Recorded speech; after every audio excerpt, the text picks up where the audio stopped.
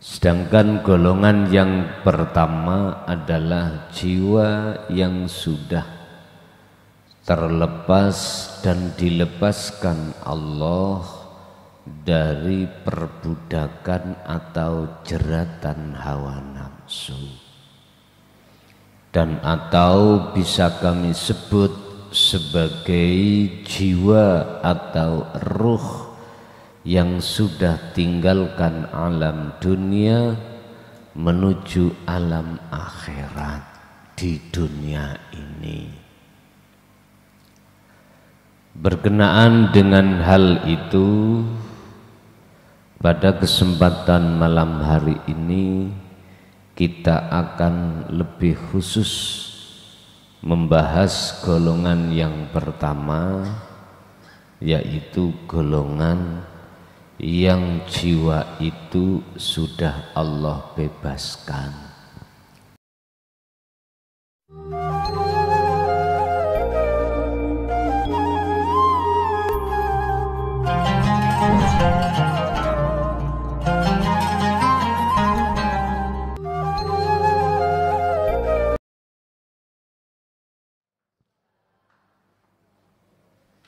Ila hadratin Nabil Mustafa Rasulillah sallallahu alaihi wasallam wa ala alihi wa azwajihi wa dzurriyyatihi wa qurabatihi wa ahli baitihi wa ashabil kiram wa ila jami'il anbiya wal mursalin wal awliya wa syuhada wa salihin wa tabi'ina salihina ila yaumiddin wa ila abaina wa ummatina wa azdadina wa masyaikhina wa auladina wa dzurriyyatina wa ahli baitina wa jami'i man tabi'ana lahumul Fatihah.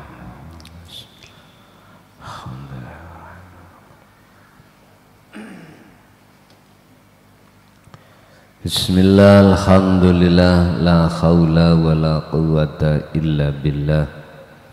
Asyhadu an la ilaha illallah wa asyhadu anna Muhammadan abduhu wa rasuluh. Allahumma salli wa sallim wa barik alaihi wa ala alihi wa ashabihi ajma'in, amma ba'd. Jiwa yang ditolong oleh Allah adalah jiwa yang tergolong di dalam golongan-golongan yang mau menerima hidayah Allah. Jiwa yang disesatkan oleh Allah adalah jiwa yang tidak mau menerima petunjuk-petunjuk atau seruan dari Allah. Balik mereka akan mendengarkan seruan terhadap hawa nafsu di dalam dirinya. Golongan yang kedua inilah Pak, yang disebut sebagai jiwa yang terpenjara atau ruh yang terpenjara di alam dunia dan tidak bisa ke alam akhirat. Sedangkan golongan yang pertama adalah jiwa yang sudah terlepas dan dilepaskan Allah dari perbudakan atau jeratan hawa nafsu, dan atau bisa kami sebut sebagai jiwa atau ruh yang sudah tinggalkan alam dunia menuju alam akhirat di dunia ini. Berkenaan dengan hal itu, pada kesempatan malam hari ini kita akan lebih khusus membahas golongan yang pertama, yaitu golongan yang jiwa itu sudah Allah bebaskan dari jeratan hawa nafsu, atau bisa disebut sebagai ruhun khurratun, jiwa yang merdeka. Yaqulu dawuh sapa Allahu Gusti Allah fi surati Yusufa ing dalam surat Yusuf, dawuh al ayata ing ayat ats-tsalisata wal khamsina ing ayat 53. Rupani dawuh wa ma ubarri'u nafsi innan nafsa la amaratum bisu. Aku tidak pernah berkata bahwasanya aku sudah terbebaskan dari dorongan nafsu, yang nafsu itu mendorong terhadap kami senantiasa berbuat jahat kepada Allah. Kita enggak bahas di ayat poin pertama, tapi membahas illa ma rohima robbi, kecuali jiwa yang Allah rahmati, illama kejaba jiwa rohima kang rahmati sapa Rabbi pangeran ingsun. Sebab inna Rabbi sak temene pangeran ingsun iku ghafurur rahim, maha pengampun tur juga maha kasih sayang. Kita poinnya itu tidak membahas jiwa yang menjadi budaknya nafsu, tapi kita membahas jiwa yang sudah Allah lepaskan dari jeratan nafsu. Bapak Ibu, ayat ini memberikan satu pembuktian bahwasanya setinggi apapun dosamu, sebanyak apapun kesalahanmu mulai akil balik sampai detik iki, janganlah hatimu putus asa atas rahmati Allah. Jangan.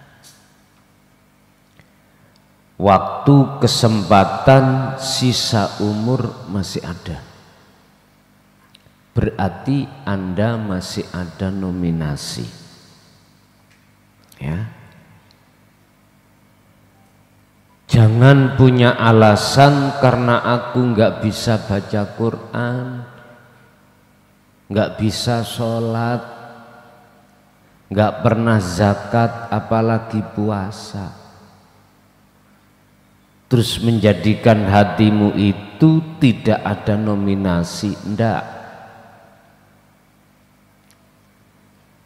Allah mengampuni dosa syirik sebesar apapun terhadap hambanya, jikalau yang turun itu rahmatnya. Dosa sebesar itu tak ternilai, Pak Bu, nggak ternilai di mata Allah. Padahal dalam satu sisi Allah katakan dalam surat Luqman ayat 13, ya bunayya la tusyrik billah inna syirka la zulmun azim. Dosa syirik iki dosa mbah buyute kesalahan. Atau dalam ayat lain Allah katakan dosa apapun Allah akan ampuni kecuali dosa syirik, kecuali pada hamba yang Allah kehendaki.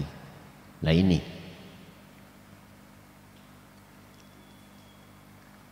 Anda akan masuk di rahmatnya Allah itu tidak disyaratkan sampai iki pandai baca Quran. Ndak. Anda untuk meraih rahmat illa ma rahima rabbi itu tidak disyaratkan sama sekali bahwasanya syariat sampean kudu kandel. Ndak. Biarlah makalah ini bertentangan dengan yang lain. Yang sering katakan jangan pernah kau belajar ilmu hakikat jikalau syariatmu masih tipis. Biarlah wong bermakalah usah enak udele dhewe. Silakan Anda berijtihad sehingga memunculkan satu makalah yang dijadikan rujukan oleh seluruh umat Islam. Silakan. Silahkan, tapi pertanyaannya, betulkah makalah yang kita lakukan itu, Anda sampaikan itu di mata Allah di akhirat akan terbukti sebagai makalah yang shadiq atau hak, benar? Gak usah jauh-jauh ngenteni su akhirat cara bahasane wong syariat. Sekarang aja. Ada makalah yang mengatakan, mohon maaf, jikalau kau ingin rizkimu lancar, digrojok dening Gusti Allah bakda subuh ojo ndekok. Habis subuh jangan tidur. Bacalah Waqiah Ar-Rahman sampai tulu usamsi, munculnya srengenge matahari satu tombak. Setelah itu lanjutkan sholat duha.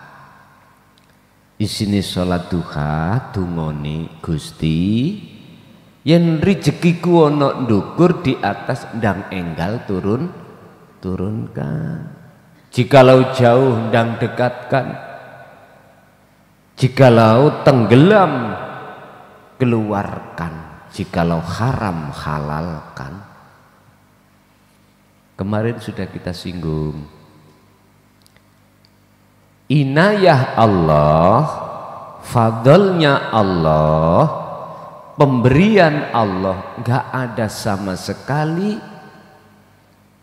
ada kaitannya dengan doa kita. Artinya doa kita itu tidak akan jadi sebabnya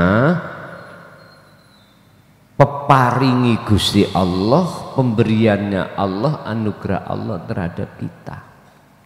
Alasannya apa? Karena lebih tua, lebih dahulu anugerah yang sudah Allah tetapkan di dalam Lauhil Mahfud daripada datangnya doa. Ngeten lah. Artine napa? Ndonga ning dadi sistem kun fayakun. Piye donga sing kun fayakun? Antara fadl pemberian Allah dengan doa itu nggak ada bedanya. Dua tapi tunggal. Jangankan dua, banyak tapi tunggal. Inilah Pak Bu yang Rasulullah sabdakan itu gini. Pecute jaran, apa pecut itu? Cambuk. Cambuknya kuda yang ada di surga itu lebih berharga nilainya daripada dunia dan seisinya. Artinya apa? Ibadah amaliyah sekecil apapun, ya, jikalau jenengan barengi dengan hati yang zuhud, ini nilainya lebih besar daripada sebesar apapun ibadah, amal ibadah Anda bila judin idza kana opo ibadatun, ibadah iku bila judin, tanpa dibarengi zuhud. Berarti dua ya dua. Kalau dibarengi zuhud, walaupun dua, tunggal. Ngoten lho dadine.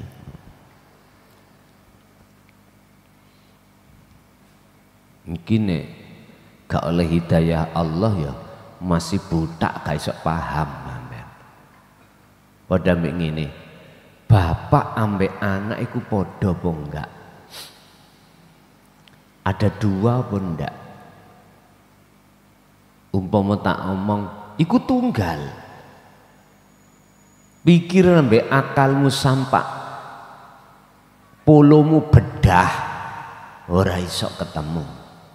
Kudu ambek rasa. Makanya ulama ahli tasawuf itu memberikan satu kaidah yang berubah syuhudul wahdah fil kasrah. Pandanglah banyak itu di dalam satu. Syuhudul wahdah, syuhudul kasrah fil wahdah. Pandanglah banyak di dalam satu dan pandanglah satu di dalam banyak.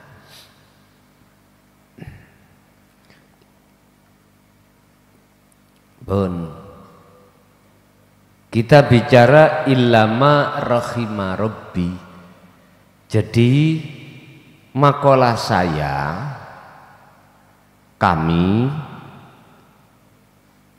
pinter ilmu syariat itu tidak menjadikan syarat. Apabila jiwa untuk bisa naik ke hakikat makrifat, ndak. Ini tabrakan loh ya, ambek makalah-makalah yang sering kita dengarkan pada orang lain. Mengapa saya berani mengatakan ini makalah yang menurut kami itu adalah bisa dipertanggungjawabkan?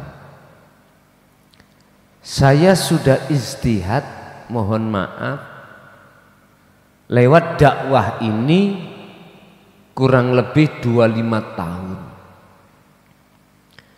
Ternyata banyak di antara mereka ini yang mau menerima ini ternyata mereka yang syariati gak patek kan kandel. Dan sedikit sekali mereka yang syariatnya itu tebal banget, apalagi sudah punya pengikut, sudah punya nama, sudah punya pengaruh, sudah punya kehormatan. Susah Pak untuk menerima. Kadang-kadang tak utik titik ngunai.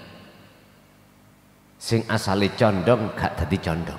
Contoh, tak utik titik. Anda asalnya orang yang punya pengaruh,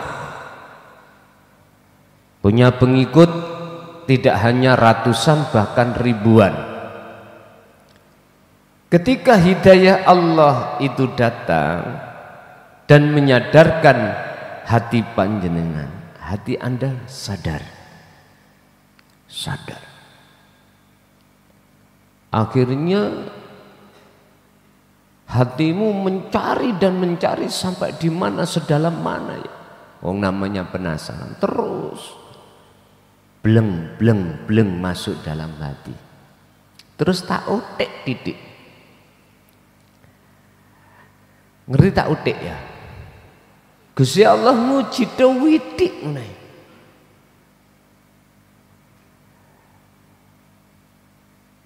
Tak utik titik saya itu tidak sesuai, tidak punya akhlak di mata manusia.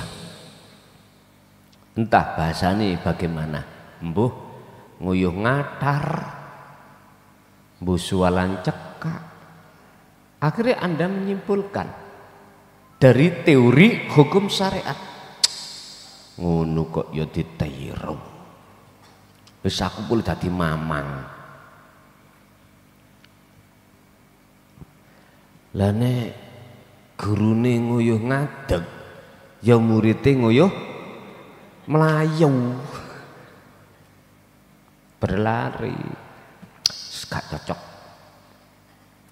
Dari singkatane guru itu kudu digugulang bisa ditiru. Lah kok raine kelasan aku rodi sumpah lho. Pas mancing itu ya. Nguyuh ambek ngatar ndukur wit pisan. Wis gak cocok lho. Iku diutik sampean. Diutik. Asalnya jenengan iki mau meyakini jalur dinu tauhid, akhirnya Anda meragukan ini orang rek. Wis gak cocok. Ngalih. Iya kalau ngalih itu untuk mencari kebenaran yang sejalur.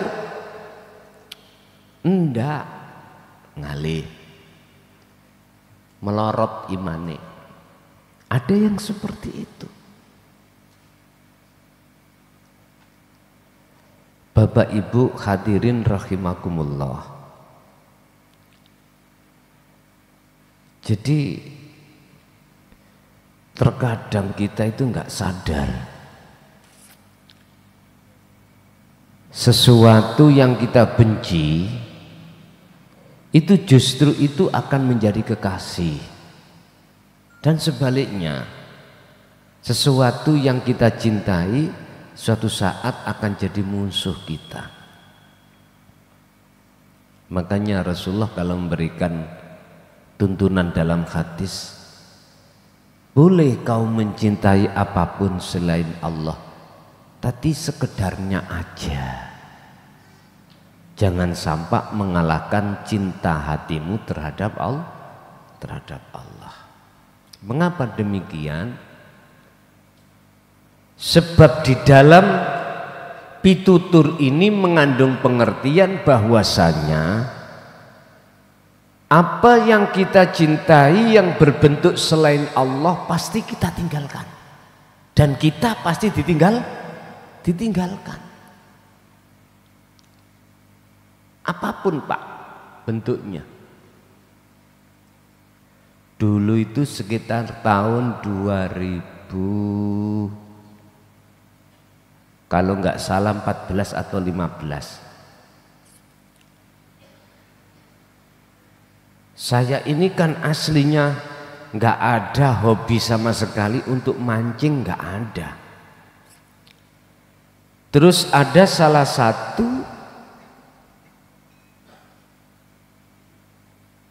kok 2014 mboten sebelumnya mungkin 2007 2008 9 di situ. Ada salah satu jamaah itu hobinya mancing, terus bermuhaddatsah terhadap saya, jagongan. Saya bilang gini, ya fulan, kui kok senengane mancing ae. Padahal dia itu orang sibuk.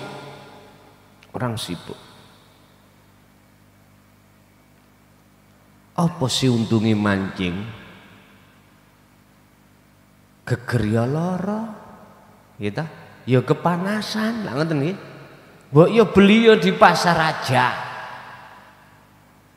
Ternyata ada momen tersendiri Pak di situ. Ada momen tersendiri, mungkin bahasa anak muda, strike. Waktu strike ini, umpan dimakan itu loh Pak. Apalagi ada perlawanan.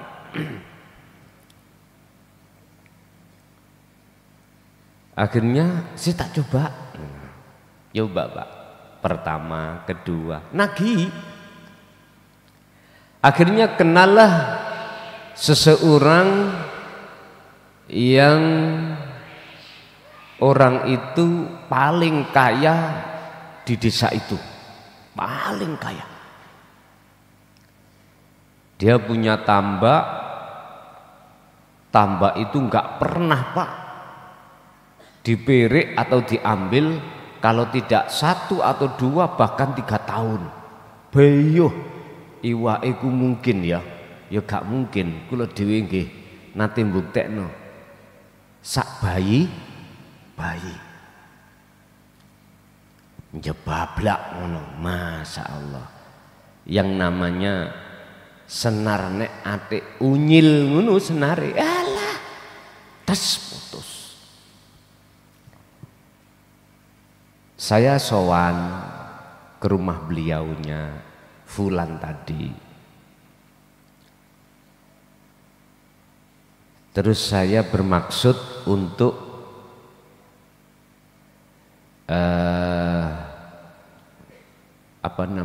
mancing. Berapa bayarnya, berapapun akan ku bayar. Tapi nggak boleh.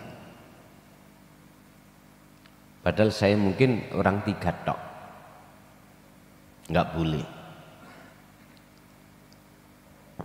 Pak nyun sewu, anaknya itu pendidikannya tinggi-tinggi, ya sudah punya jabatan semuanya,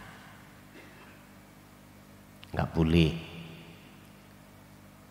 Tapi pada akhirnya mati. Ditinggalkan enggak yang kita cintai? Tinggalkan. Bapak punya istri, ibu punya suami, punya anak. Saya enggak melarang jenengan mencintai, saling mencintai karena hukum syariah. Tapi tolong belajarlah hatimu untuk bercinta terhadap Allah di dalam istri dan suami. Belajarlah. Atau terhadap anak, belajarlah. Caranya bagaimana? Harga mati Anda harus mempunyai wasilah. Kalau enggak memegang wasilah ini, enggak akan bisa Anda. Wasilah itu tali Pak Bu, tali. Tali cinta yang mana? Tali cintane hati Anda terhadap wujudi Allah. Itu yang sering kami sebut sebagai dzikir sirul asr. Niku wajib sampean membawa ini. Kalau Anda tidak membawa ini, jatuhnya cintamu pada gurumu, pada mursyidmu makhluk. Itu pasti Pak. Dan inilah yang Rasulullah pesankan terhadap kita betul-betul. Bahkan Rasul-Rasul sebelumnya pun memesankan terhadap umatnya masing-masing. Tidak hanya Kanjeng Nabi Muhammad. Peseniku bahasanya sederhana. Ya bunaya, umatku, anak putuku, la tusrif, jangan ada dalam hatimu selain Allah. Berarti jangan kau mencintai kecuali hanya pada Allah. Gitu loh maksudnya. Ini yang menentukan kita nanti di dunia ini bahkan di akhirat selamat dan tidak ada di sini.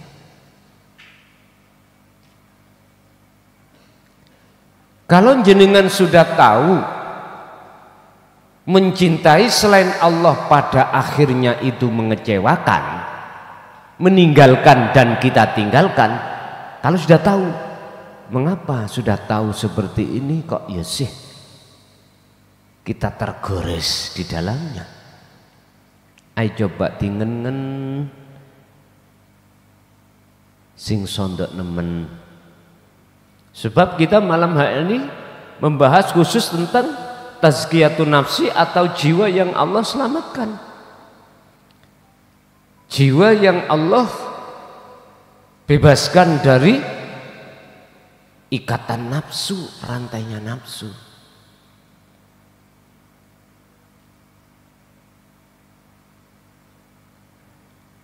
Sehingga ayat yang menyatakan illama, kecuali jiwa yang Allah rahmati. Siapa jiwa yang Allah rahmati?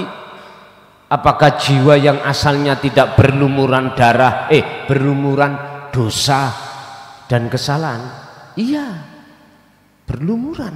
Cuman oleh sebab Allah ampuni, karena Allah innallaha ghafurur rahim.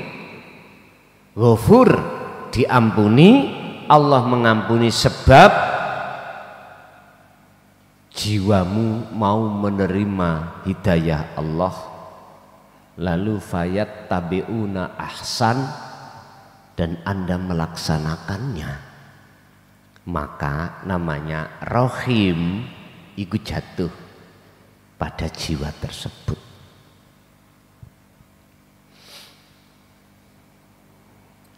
Fanafsu tawi jiwa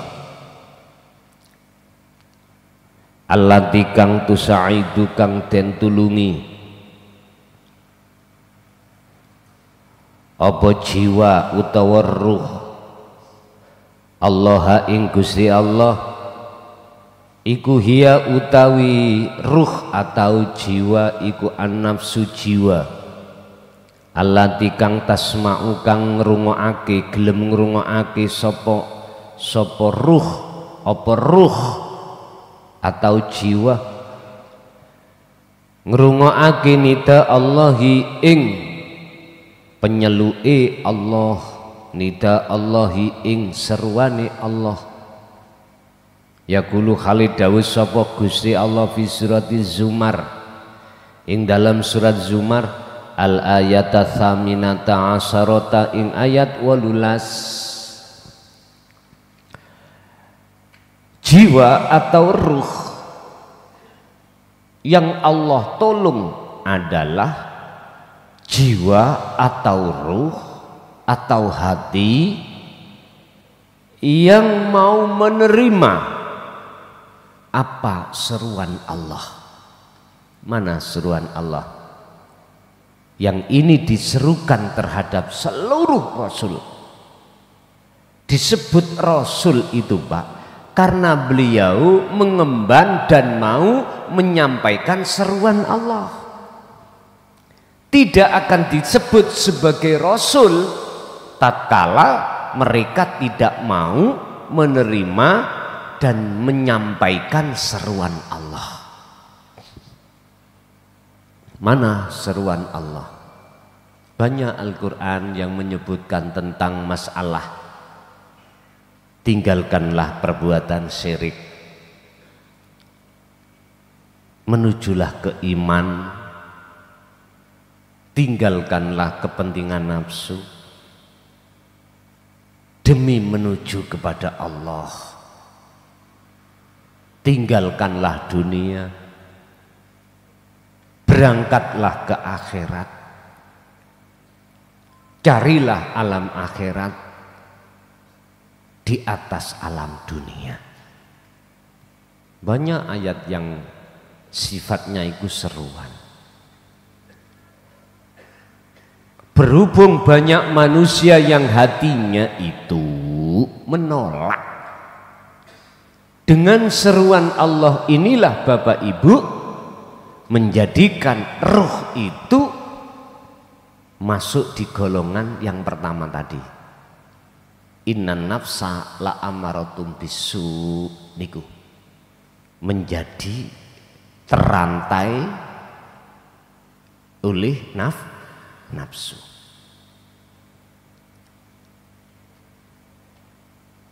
Tapi bagi mereka wa minhum man hadallah, mereka yang mau menerima petunjuk dari Allah dan mendengarkan seruan Allah, itulah mereka yang dimaksud dalam makalah ini, jiwa yang Allah tolong. Dalam surah Az-Zumar ayat 18 rupane alladzina yaiku wong akeh yastami'una kang padha ngrungokake sapa ladina al-qaula ing wahyu, al-qaula ing seruan iki mau, ngoten lho, atau nida, seruan panggilan Allah. Tidak berhenti sampai di situ, fayat tabi'una, mongko lanjut padha ngelakoni ngikuti sapa ladina aksanahu ing isi di dalam seruan itu, berarti yang bagus.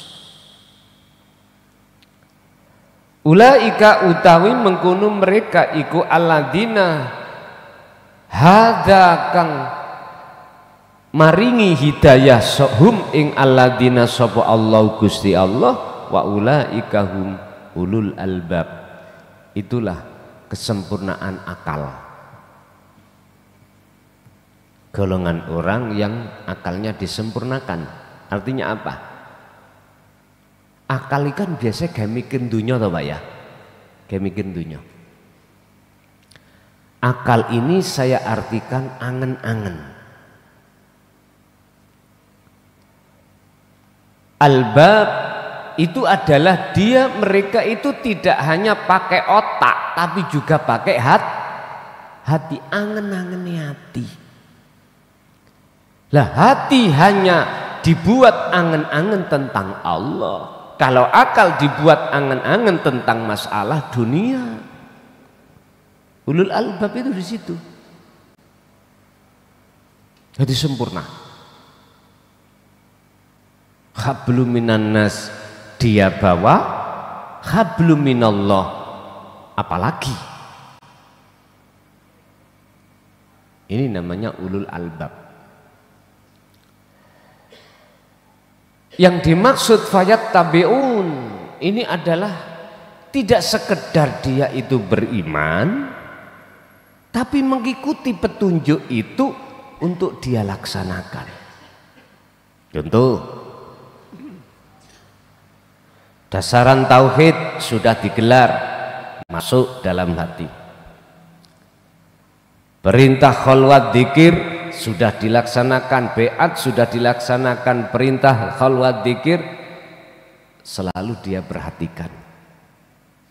Nah, inilah Pak yang ku maksud, Anda akan mencintai Allah itu tidak akan mengalahkan cinta jenengan terhadap selain Allah. Dan atau taruhlah cinta hatimu terhadap Allah di atas segala-galanya.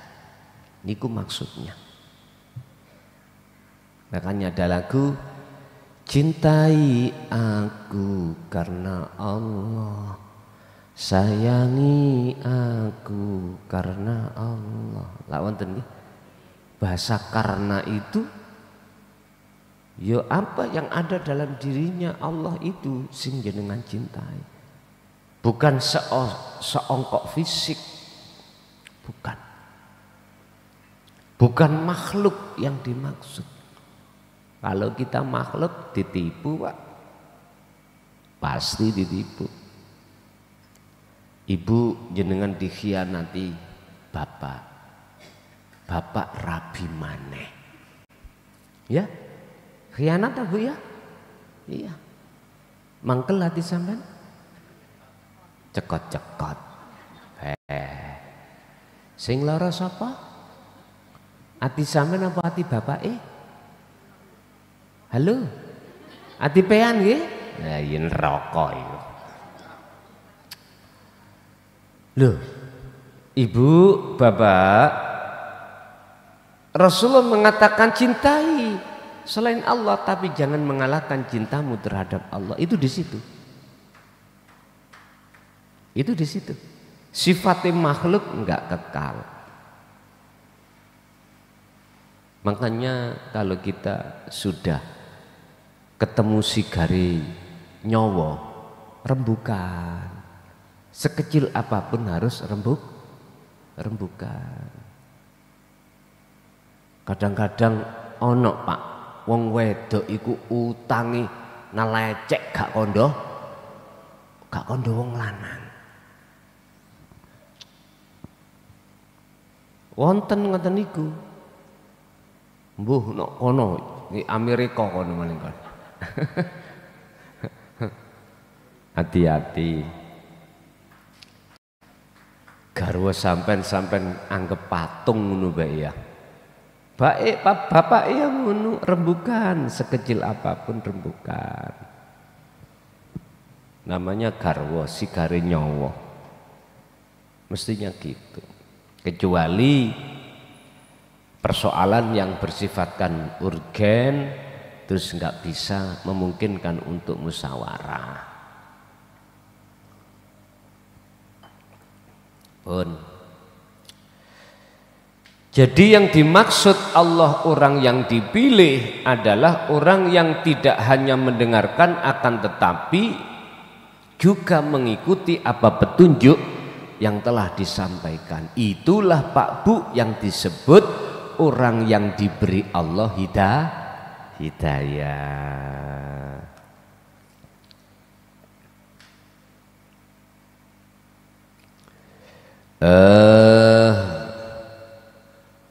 Min sarhil ayati saking keterangan ayat al-a'lahu kang ana ing dhuwur mau. Pundi ayat sing pundi? Yaiku alladzina yastami'una niku Az-Zumar. Annahu ing sak temene kelakuan atau keterangan. Iku la yashalu ora gampang. Alal qalbi ing atase ati taqabbalu kang bisa nrimo apa ati taklimat tauhidi ing ajaran tauhid.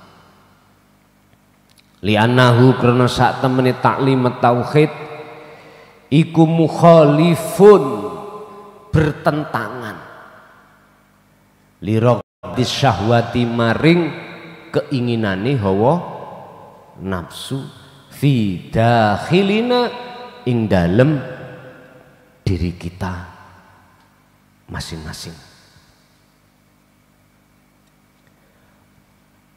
Ketika saat ajaran tauhid itu disampaikan tidak mudah Pak untuk menerima ajaran itu, enggak mudah. Makanya jangan heran kalau tauhid digelar di tengah masyarakat iku mung setitik, hanya sedikit yang mau. Mpun heran sampean. Wong di situ sudah dikatakan la yashulu ala qalbi taqabbala ta'limat tauhid. Gak gampang. Kecuali mereka yang menerima hidayah. Apalagi golongan-golongan yang rumangsa sugih, rumangsa alim, rumangsa pinter, rumangsa pandai, arek Kediri bayah biyuh babi nguyuh.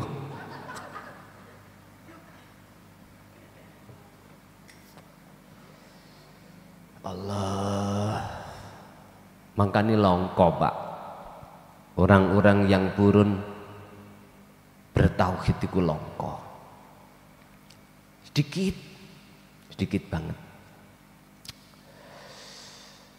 bertentangannya ada di mana dengan nafsu? Wasyahwatu tawilan utawi nafsu iku turidu ngarepake apa nafsu antas ada ing yen to nyenengi sira kulubana ing ati ira bidunya kelawan kesenangan dunya. Satu sisi nafsu itu menghendaki hatimu nyenengin dunya. Satu sisi wa ta'limut tauhidilan utawi pendidikan atau ajaran tauhid iku yad'u ngajak narik kulubana ing yad'u kang narik apa-apa taklimat tauhid kulubana ing piro-piro ati ira menungso liyakuna supaya ana apa alqalbu ati iku ala bayinatin ing atase ana kesadaran minallahi saking Allah. Lho niki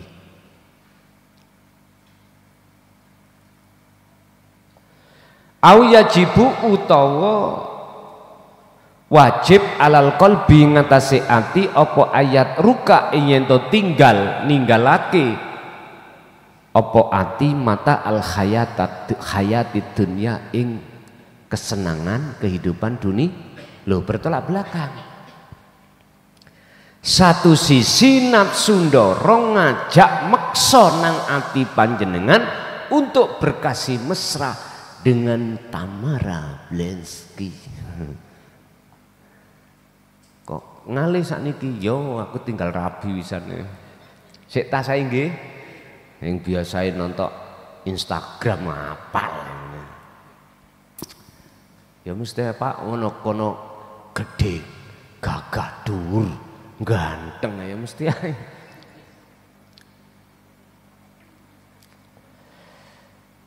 Siapa di antara banyak manusia yang tidak suka dengan nyun sewu sandang pangan papan mewah, semuanya manusiawiyah iku ngoten lho nggih. Manusia enggak apa-apa. Nyun sewu langsung saya kasih contoh Rasulullah. Rasulullah dikira melarat ngono ta? Lah gak ketara beliau itu. Cuman warisan yang termahal adalah Al-Quran dan Al-Hadis. Ghanimah beliau harta rampasan. Walaupun dia itu ngalah terhadap para sahabat. Ini ono harta rampasan habis perangi Rasulullah minggir. Wis keri-keri aku sak umane. Dungune masih ada yang protes kok. Ada yang protes. Kaum yang tidak kebagian protes menuduh Rasulullah itu enggak ngadil. Ada yang seperti itu. Artinya Pak, di tengah kelompok itu jangan heran kalau ada pengkhianat. Kenek dilingno yo ayo, gak kenek nyingkriyo. Ngoten mawon. Lapor repot. Aku gak butuh pengikut kok. Gak butuh pengikut. Sami kalih niku lho. Kalapas niku lho, narapidana. Tamu tak diundang teko. Makane diatur. Kuwi nek gak nganut ya tak layar. Tak layar iku tak pindah, ngoten lho. Makane arek LP nek ngelanggar iku wis ada ya diampuni, ada yang wis keterlaluan akhirnya dilayar di LP yang lain. Iku ndadekno anu Pak catatan ambek LP sing dipindahi tentang remisi, tentang PB, tentang CB dipertimbangkan. mau nih dikasih remisi, akhirnya nggak jadi karena pertimbangan iku mau. Lho jenengan kok paham? Lho mantan aku ya. Jadi ya paham. Sama. Niat sampai ke sini apa? Takarub, oke, mendekat. Belajar, mendekat. Ilmu nih untuk mendekat dan bertemu Allah. Oke.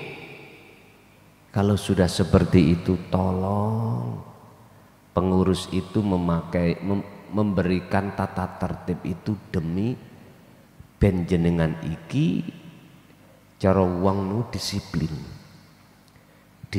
ngelmune, disiplin dikiri dan seterusnya. Nek mriki sampai niate bisnis ngono alah ngapunten, bukannya gak ngolehi enggak, tapi ojo terlalu. Wis tak elingno iki ojo difotokopi kitab iki. Lah kok difotokopi didol. Ya apa maneh.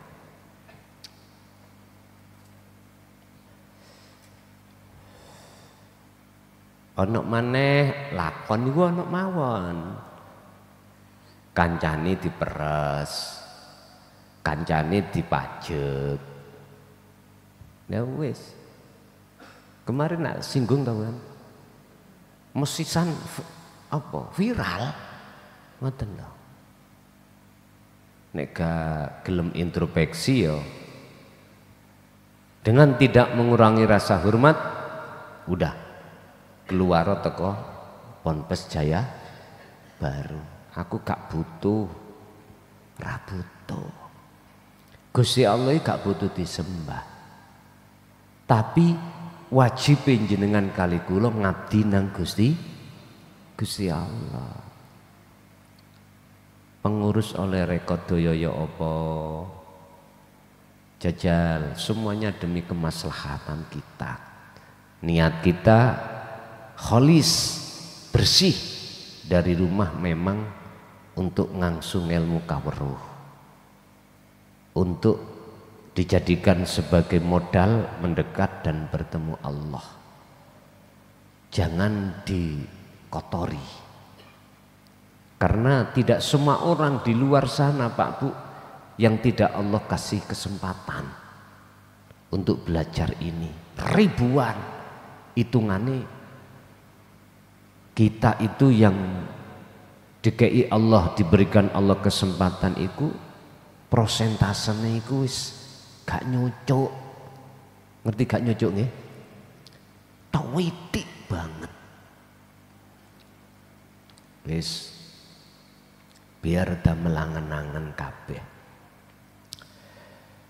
Letak pertentangannya nafsu dengan ajaran tauhid ini, kalau nafsu mendorong hati kita untuk mencintai selain Allah, kalau ajaran tauhid mendorong untuk hanya bercinta pada Allah. Disitulah letaknya. Al-khulasatu tawi ringkesane iku idza tahura, tatkalane wis agawe bebersih apa alqalbu ati, min adnasihi saking pira-pira regete ati, wa do'ahu mongko nyeleh ing ati sapa Allahu Gusti Allah fi maqamil fana, mesti diseleh Allah ning makom fana. Kalau proses tazkiyatul nafsi, bebersih jiwa dari kotoran yang mengotori jiwa, berarti rantai ini nafsu, maka mesti jenengan iki dimasukkan Allah di alam atau di makom fana. Laksana gini Pak, saya mau ke Jakarta, tadi saya itu dibelo oleh masyarakat. Ngerti dibelo ya? Dirantai ambek masyarakat. Ketika rantai itu masih merantai saya, mungkinkah saya akan bisa sampai ke Jakarta? Gak mungkin toh? Gak mungkin. Bisanya saya akan sampai ke Jakarta, wajib terlebih dahulu rantai yang mengikat saya itu harus dilepaskan. Apa rantainya nafsu dalam diri kita? Keakuan diri, egoisme. Ini eksistensi kita. Ini loh Pak, rantai yang paling halus. Lah di dalam keakuan diri ini ada buahnya. Apa buahnya? Pang-pangi itu buahnya. Apa bahasa pang? Ranting-rantingnya banyak Pak. Keakuan kita sebagai makhluk, ini wekku, ini kerja aku, semua cuma ngaku-ngaku itu. Pak, saya sadar Pak kalau bicara itu mudah. Saya sadar Pak jikalau memahami ini mudah. Tapi tolong jenengan jangan putus asa. Ketika melaksanakan pembuktian ilmu itu masih berat, jenengan jangan putus asa. Terus sampai lakukan, terus lakukan. Sebab orang yang lehe dalam menaiki kuda atau menaiki sepeda, jangan dikira dia itu tidak latihan terus menerus. Berlatih Pak. Yang dia itu tidak takut jatuh, berdarah.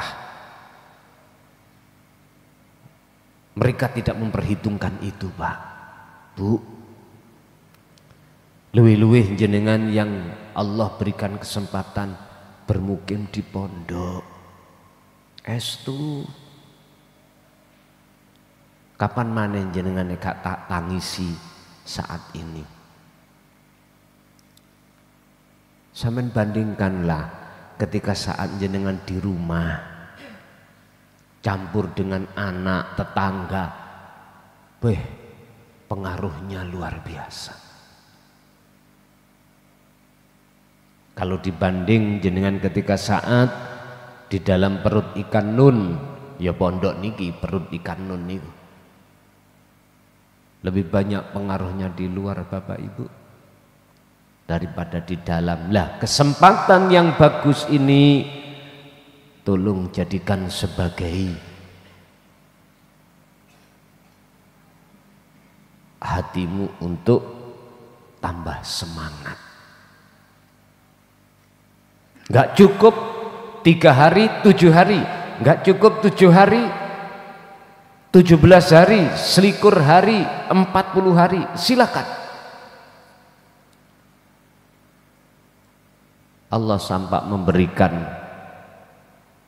satu waktu yang seperti itu yang sangat berharga buat kita. Ingat, masa sekarang gak mungkin akan terjadi terulang masa kemarin. Jikalau kita pindah masa besok, maka masa sekarang akan lenyap. Sak rugi-rugi ini wong sing paling rugi adalah ketika saat Allah memberikan satu kesempatan untuk ingat pada Allah, kita itu tidak gunakan dengan sebaik-baiknya.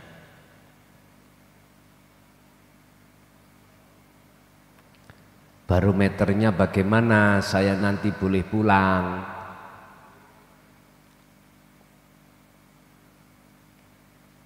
Kula nggih mboten gandoli, nggih mboten ngeculno. Semuanya itu Allah berikan sesuai dengan apa yang terjadi. Wa may ya'mal mithqala dzarratin, di situ. Udah. Makanya tadi saya katakan, sungguh perhatikan hati jenengan dengan waktu demi waktu yang sudah Allah berikan dengan baik ini.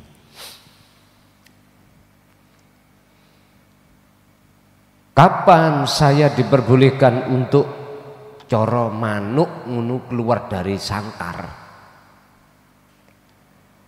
Ini tadi, idza tahurul qalbu min adnasihi wa du'ahu lahu fi maqamil fana.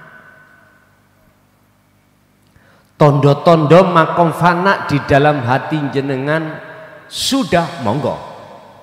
Tapi bukan berarti tatkala jenengan mengajukan permohonan karena situasi di rumah tidak memungkinkan terus pamitan pulang, monggo.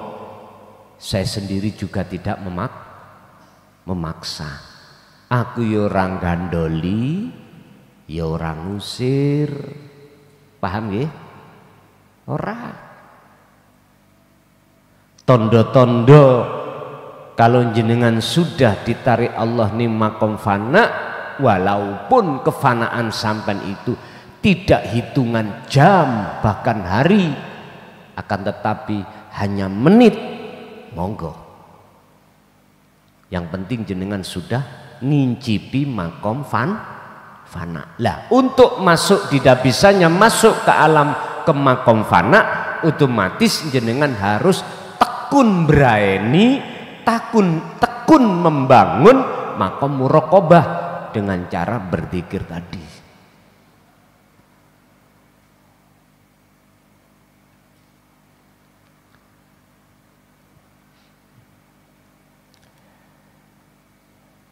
Miturut ringkasan dalam makalah ini, makom fana itu pasti Allah letakkan dalam hatimu seiring berjalannya waktu.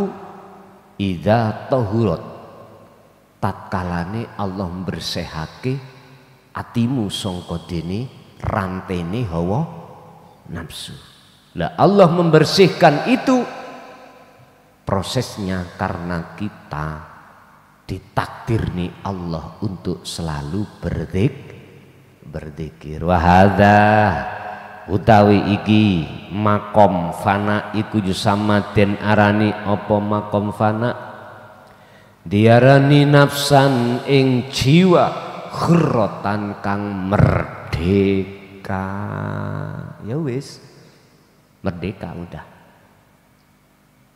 Istilah negara Indonesia dulu, Pak, sebelum 45 menurut sejarah,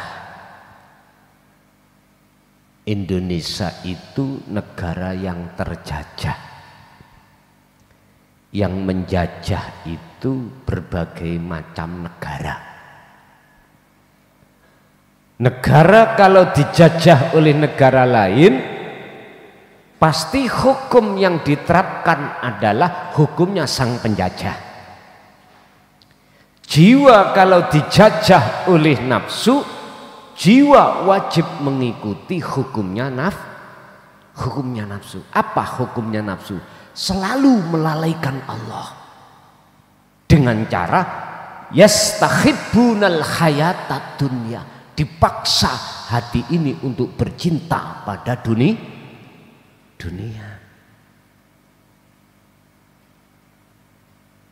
Ini rahasia yang berabad-abad yang tidak mau para pemimpin sampaikan, dan teori inilah yang berabad-abad banyak di antara imam-imam kita yang tidak mau menyampaikan. Akhirnya zaman silahkan maju, tapi peradaban hati masyarakat, mohon maaf,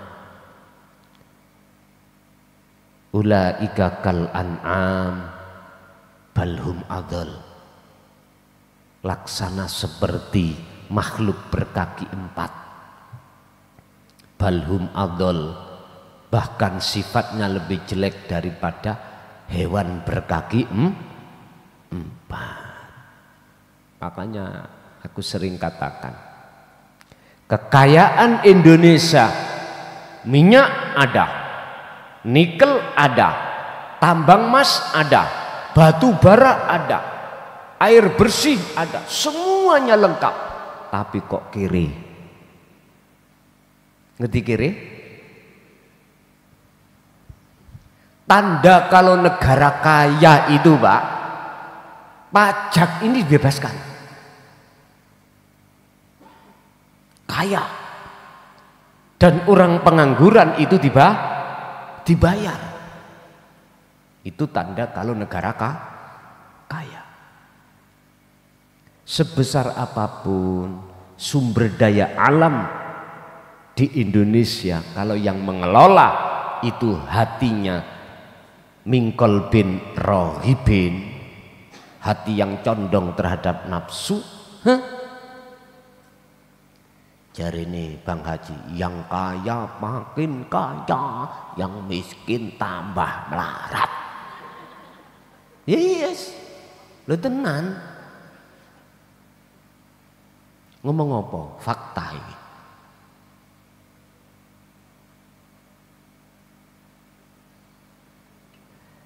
Makanya kalau kita bicara solusi, bagaimana Indonesia sekiranya baldatun thayyibatun warabun ghafur, satu jawabannya masuk di dalam makalah ini. Dengarkan para ulama tasawuf yang membimbing jiwa kita, dengarkan fayattabi'una aksan, dan laksanakan apa petunjuk di dalam ilmu itu yang menjadi nurut tauhid berupa kefahaman. Laksanakan dengan sendirinya, Pak Bu, yang mengelola kekayaan alam di Indonesia nanti, mohon maaf, sudah tidak condong hatinya kepada nafsu, otomatis dengan sendirinya korupsi tidak akan pernah terjadi.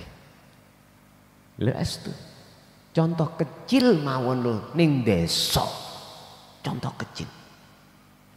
Sebab teori di dalam Ta'limit Tauhid mengatakan, jangankan hak orang lain, hasil keringatmu sendiri secara syariat itu aja nggak boleh kau aku, apalagi milik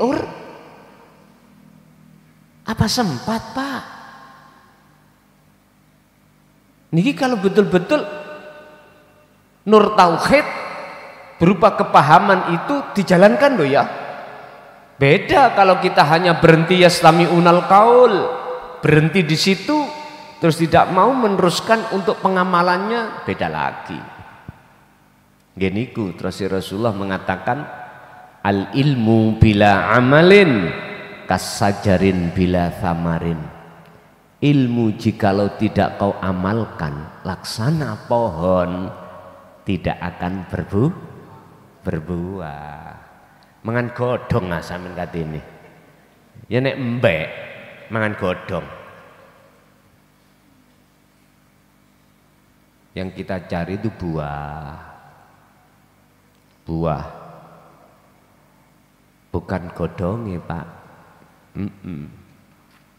Bapak Ibu hadirin rahimallah, sebagai kesimpulan, jiwa yang sudah merdeka adalah jiwa yang sudah Allah taruh di dalam alam fana atau makom fana. Makom fana adalah makom di mana hatimu sudah tidak ada selain kecuali Allah. Cuman aja kefanaan dalam hatimu itu bertingkat-tingkat. Ada hitungan menit, bahkan ada yang detik, ada yang jam, ada yang hari. Begitulah seterusnya. Tapi yang jelas saya katakan, jiwa yang sudah merdeka adalah jiwa yang sudah tidak ada ketergantungan terhadap orang orang lain. Enggak ada ketergantungan. Istilah bahasa guru, ojo pisan-pisan kau mulang karena uang. Jangan minta-minta terhadap jamaah, tapi jangan pernah kau menolak manakala dikasih Allah lewat jamaah. Loh gitu loh maksudnya. Itulah karakter orang-orang yang sudah sampai pada Allah itu di situ. Jikalau alasan gini, alasan itu, iku nek bahasaku modus. Bukan modul loh ya. Nah, modus. Nggih, ngoten mawon. Dia dados ngelmu ingkang dadi pepiling ning ati kita tambah baik ing ngersane Allah. Al-Fatihah.